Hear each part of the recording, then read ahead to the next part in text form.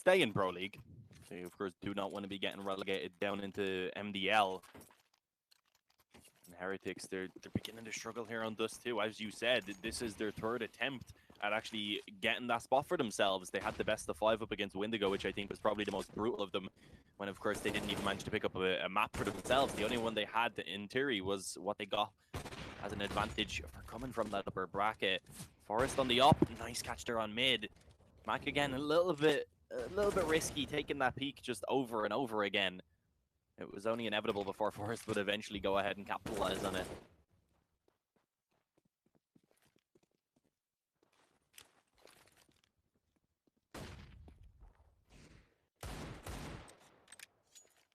I was seeing them rotate over towards B there from Plopsky. Again, just watch him for the pushes usually, but he hasn't spotted anybody out yet. And the fact that they're getting aggressive on A, players pushed up on short, and not a single smoke, flash, step on B, it makes sense that eventually they're going to think, okay, there's no one here. Plopsky just pushes forward, confirms it's clear, they get the bomb plant down, and now it's all onto Jane with the deagle. And yeah, he's not going to win the round, but look at the economy of the T side. I mean, you have to start doing damage. He's got to do whatever he can to drop weapons. With the deagle in play, and he's not being offered up any weapons for free. That's all he's going to have to use. Saving over here, yeah, you can stop. You can avoid giving them a little bit of cash, but that's not what he's going to be worried about. Save the deagle through the next round. Again, not really the strategy you want to see. No armor to save, so a flashbang at most is the only useful thing he'd be carrying forward. Eventually going in for the peak to try and drop a weapon out of the hands of the T side, but it just doesn't work. And NIP surviving with all their players, they have got so much money built up and a 9-3 lead. This is a huge turnaround on what we saw before. They found a great T side overall with 8 on the board, and yet weren't able to close it out here on Dust 2 last time they played Heretics. Now things are looking better, and considering the fact that we've still got a couple of rounds left to play out, you've really got to get worried. Heretics need to step it up. They've been a strong team so far. Jane was the big performer for them last time, but now on 8 kills, and it's not necessarily the fault of him being playing average. It's the fact that everybody else is around that area as well, and in fact, he's still the top fragger, and now jumping up to 9, trying to retrieve the AK. Just about doesn't he? Here's the scope down towards middle, so he's bailing back as he doesn't know that it's looking at doors and not directly at him. Pressure on towards B right now. See, that was just Lekro who was able to actually force out quite a bit of utility from the defender.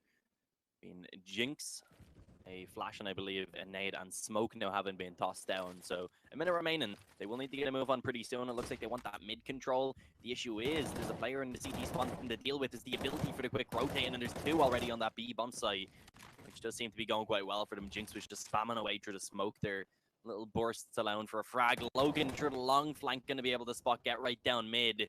And a little crack in the doors allows for it. And it's only Plopsky and Forest now that remain. 35 seconds to work with. And a 2-on-5 to try and pull off. That keeps getting harder. It's only Forest now.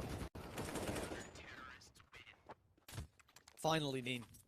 Finally, Heretics are able to get it on the board. 9-4. But for Ninjas, having 9 on the board is already pretty damn good. We're seeing an auto sniper ×2 coming out alongside an AWP. That's just for the early spam down towards the mid doors. The jump across, sees Jinx lose some of his health, and the others just wait till they run out of ammunition.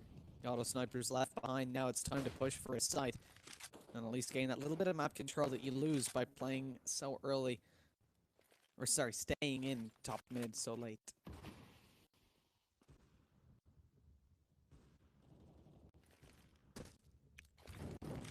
Hasn't cost them too much though overall. As we move towards short though, Heretics are a little bit aggressive there. Both Logan and Maka, as the AWP has at least the support of Logan on the M4. David P goes down the ramp and picks 1, and immediately you can see NIP just pull back from that position. They do not want anything to do. But the fact that they've spotted David P on the op means they should know Maka's around here with an AWP as well. The chances of Maka not having the op are just incredibly low if there is one rotating around. Now they know there's a second. There's a Molotov in play for Plopsky, and he drops it, making sure Maka has no support, no way out. He's going to be burning alive as he goes back and loses 50 HP in the process. Rez takes down Jane, and the A side is under heavy threat Logan through the smoke. I think the second last bullet there connects to his head. Jinx wants to return another kill. It's a 3 versus 3. Anything they can get would be huge for them, and David B finds it. Now they can back off if they want to, but continuing to aggress through the smoke. This is not expected. Jinx goes in, but he misses. Plopsky wasn't even looking at him. Yeah, amazing reactions there from Plopsky to manage to spin around. Rez spots the head on top of the bomb site. In the meantime, Plopsky did get dropped, of course. So unfortunately, that is the bomb. The time that's going to have to be expended to actually go and retrieve. That makes things just so much more difficult here for Rez. Needs to get back and immediately commit to that bomb plant and hope that David isn't going to be able to get up in time. The bomb will at least go down, but David P up close. Is this going to be expected? He's making noise. The footsteps being heard, though. David jumps up, sprays away, and eventually gets it. It was a little bit closer than he would have hoped for. But Team Heretics managing to just about edge that 5th round in their favor now, as we head into the last round of this half. And we can see, of course, it is going to be easily a full buy once again for Nip. So still an opportunity for them to potentially take this up to double digits at the halftime, which I think was what we'd want to see from them before they head onto that CT side. Yeah, really we want to see them at 10, considering how things usually play out for them on the defense up against Heretics and on this particular map. No auto snipers to take an appearance this time. You get a scout that was picked up early on, and then the AWP Forest, which is obviously going to be carried forward. At the moment, we're seeing from the T side of NIP what we expect. Plopsky up there towards the top. I mean, Forest has actually had a really slow